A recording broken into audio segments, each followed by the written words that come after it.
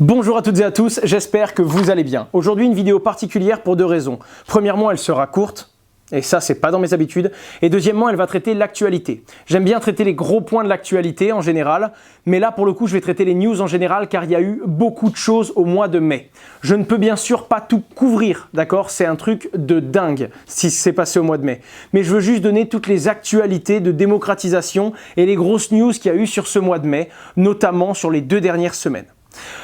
Comme vous le savez, j'anime un blog qui s'appelle le Bloc-Notes, que je publie sur Medium toutes les 2 semaines pour permettre aux gens qui n'ont pas le temps de s'intéresser à la blockchain d'avoir le plus gros des informations malgré tout.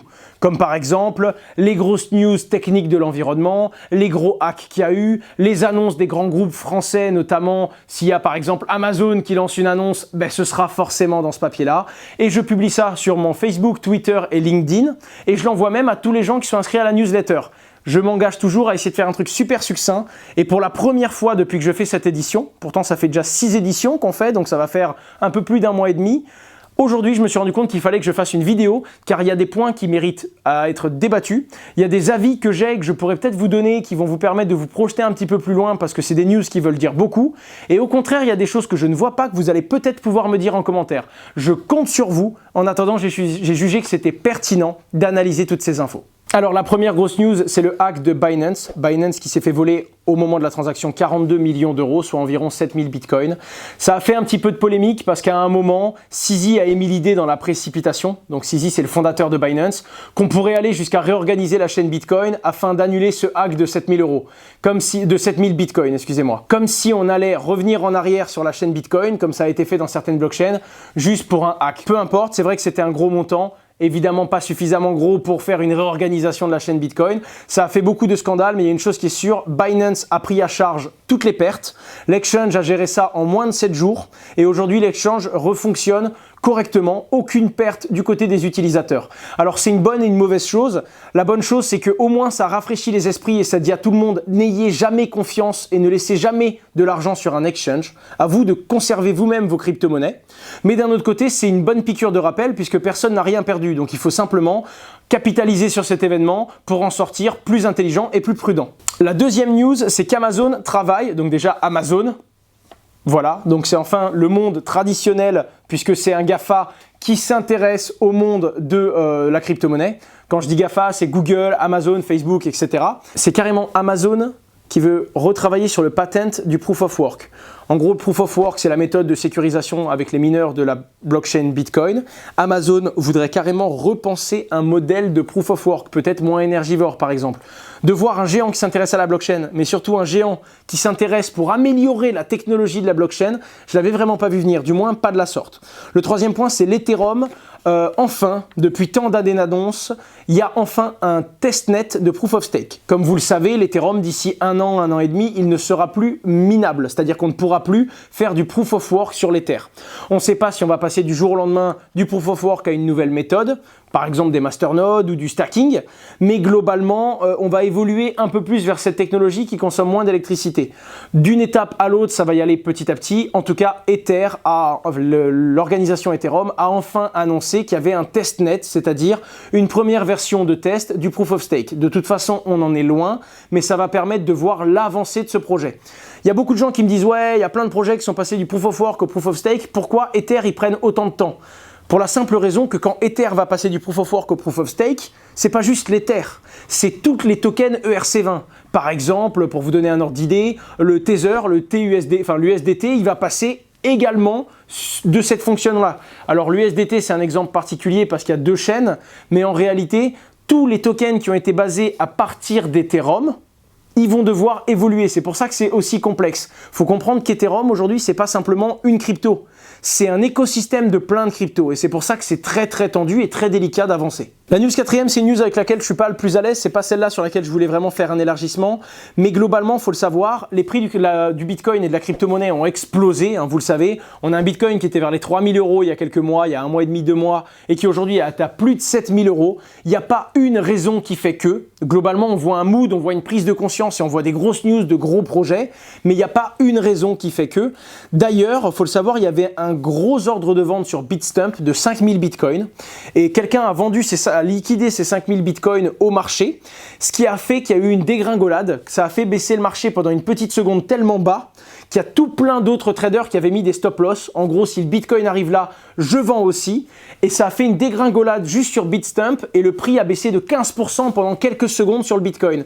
Malgré tout, le prix est remonté tout de suite et les cours ont continué à grimper. Pour vous dire à quel point la force d'achat durant cette semaine-là était costaud. Même s'il y a eu un effet de dégringolade au niveau du prix sur un échange, ça a été tout de suite rattrapé par le marché et le prix a continué à exploser à la hausse. Alors un point sur lequel je ne m'attarderai pas non plus, Bitfinex. Alors vous savez, il y a eu un gros scandale entre l'USDT, le Tether du coup, Bitfinex qui est la structure, qui est en gros la structure mère du USDT puisque c'est l'exchange qui en fait passer les plus gros volumes, et le problème entre la SEC et Tether. En gros, pour faire très simple, la SEC qui est la Security Exchange Commission, pour faire très simple, c'est un petit peu l'AMF en France, donc l'autorité des marchés financiers, a en gros bloqué, pour faire très simple, Bitfinex en mode le Tether que vous proposez, ça va pas du tout. Globalement, vous pouvez pas proposer un deuxième dollar. Pour faire très simple, hein, si vous allez creuser cette news, et je vous invite à le faire, je vous mets le lien dans la description, vous allez voir que c'est beaucoup plus complexe.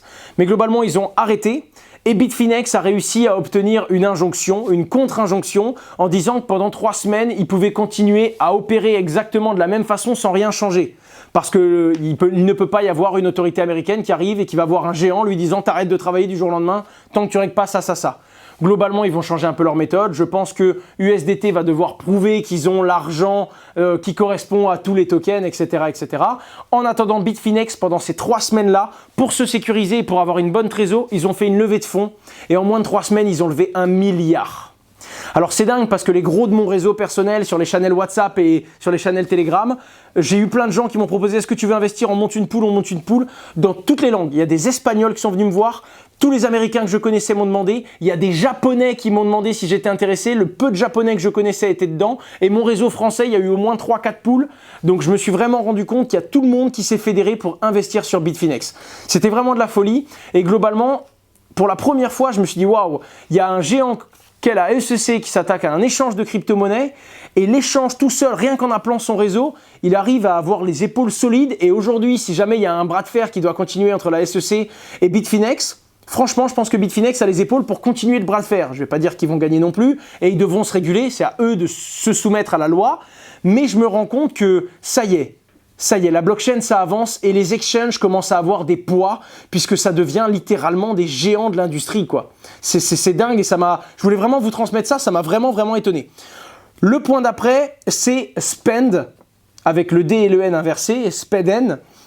Alors c'est un petit projet, on en a énormément parlé à l'international, on a vu que ça à Consensus New York, donc je voulais vous en parler. Je vous dis pas que c'est un bon plan d'investissement ou pas, je vous dis juste que c'est famous dans les autres pays mais pas en France, alors gardez un petit coup d'œil dessus. Les frères Winklevoss, les premiers à avoir essayé de faire passer un ETF sur le Bitcoin, qui sont également les personnes qui ont été au tribunal contre Mark Zuckerberg pour dire qu'ils se sont fait voler l'idée de Facebook. Regardez le fil, faites-vous une idée. Quand j'étais à Consensus, j'ai fait une petite photo avec eux.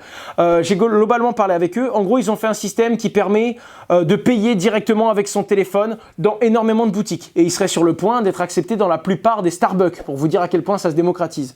Bref, j'ai connu leur token sur une petite rumeur, un petit message comme ça, j'en ai acheté. Depuis, le token a fait plus de x5. J'ai entendu qu'il y a des gens qui bossaient dessus depuis bien avant, qui ont déjà fait x15, mais globalement, c'est un token qui a de l'avenir et qui est encore listé nulle part. Je crois qu'il est que sur IDEX. Donc, à suivre. Je vous dis pas que ça va monter parce que c'est déjà bien monté, mais regardez un petit peu ce jeton et prenez l'habitude de regarder son prix tous les jours. Et surtout, suivez les news anglaises vis-à-vis de ce token.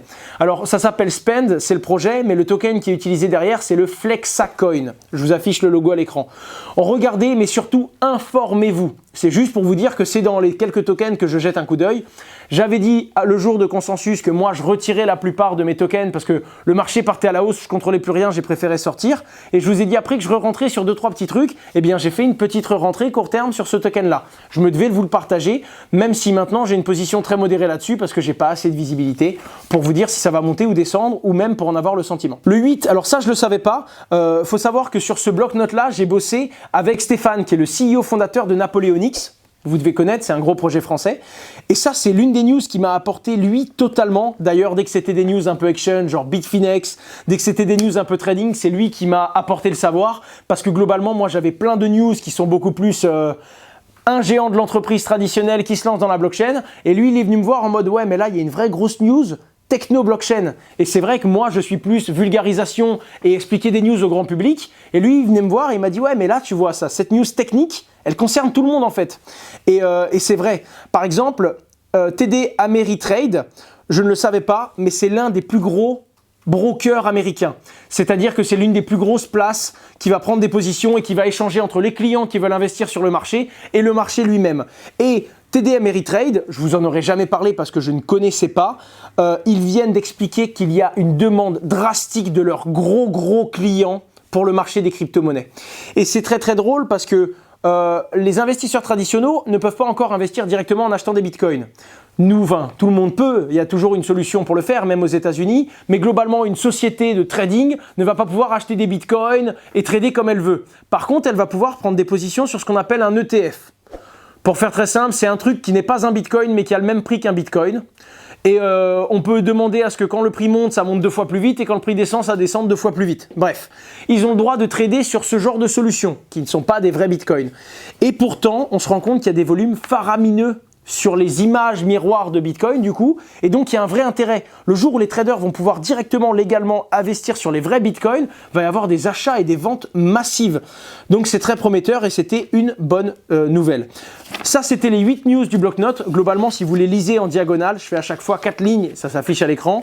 Sur chacune de ces news, chaque semaine, toutes les 2 semaines, pardon, en 1 minute ou 2 minutes, vous lisez toute l'actualité la plus importante, même s'il y a plein de news que j'ai enlevées, alors qu'on pouvait réellement les juger comme importantes. 3 petites news honorables. Xavier Niel, qui est l'entrepreneur français, c'est quand même lui qui a sorti Free Mobile. Pour moi, c'est un entrepreneur que je regarde avec des étoiles dans les yeux. C'est un peu mon Elon Musk français. Il a investi 100 000 euros dans une startup française qui s'appelle Sorar. 100 000 $, c'est vraiment une poignée de pain, quoi. C'est vraiment pas grand-chose. Mais ça veut en dire beaucoup. Ça veut dire que Xavier Niel, il a quand même un coup d'œil sur l'environnement blockchain. Et rien que ça, ça méritait d'être mentionné dans les mentions honorables.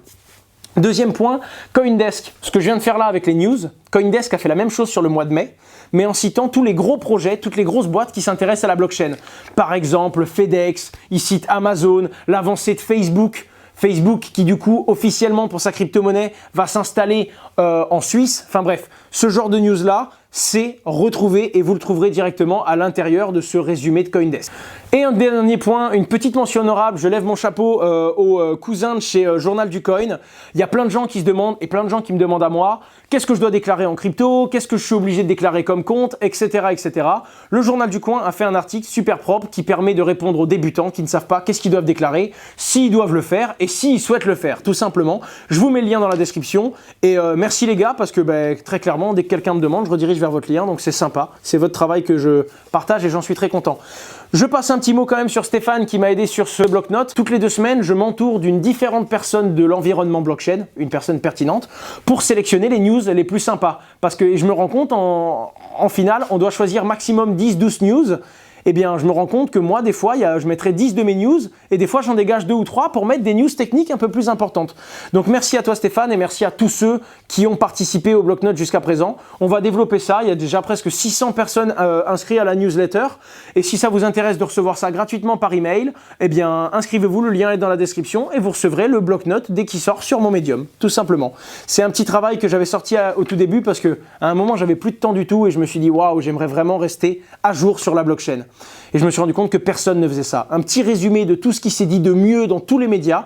Personne ne le fait. En plus, ça envoie de la visibilité à tous les médias français qui sont dans la crypto, qui sont des gens qui travaillent dur aussi pour avoir de la visibilité.